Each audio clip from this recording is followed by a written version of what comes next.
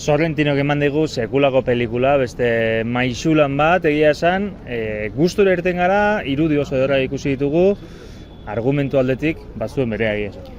Bai, dana dela, ipatu behar da, Sorrentinoren filmografiara eginda ez dagoenarentzat nahiko nazgarri izan daitekela pelikula, edo behintzat pelikularen hasieran eta gorputzaren zati handi batean pixka bat kostatzen dela pelikula harrapatzea. Gero egia da lortzen duela osotasun bat.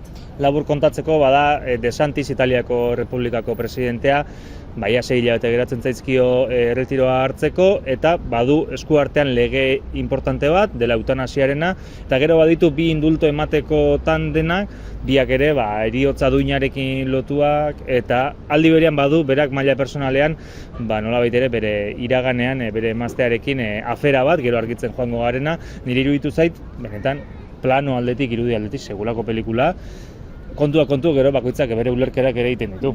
Bai, egia da, pelikula ikusteko ederra dela, baina gai aldetik ere niri oso interesgarria iruditu zait, trama guzti horretan egia da debate nahiko interesgarria plazaratzen direla, ezta? Balore unibertsal batzuk esan daigune ausardia, egia, gezurra, ohorea, hori guztia pixkat kolokan jartzen dira, behintzat eztabaidan aritzen dira horren inguruan, eta azkenean ematen dio osotasun bat, eta uste dut ematen diela buelta bat pelikularen amaierarako. Maisulana, Sorrentinorenena.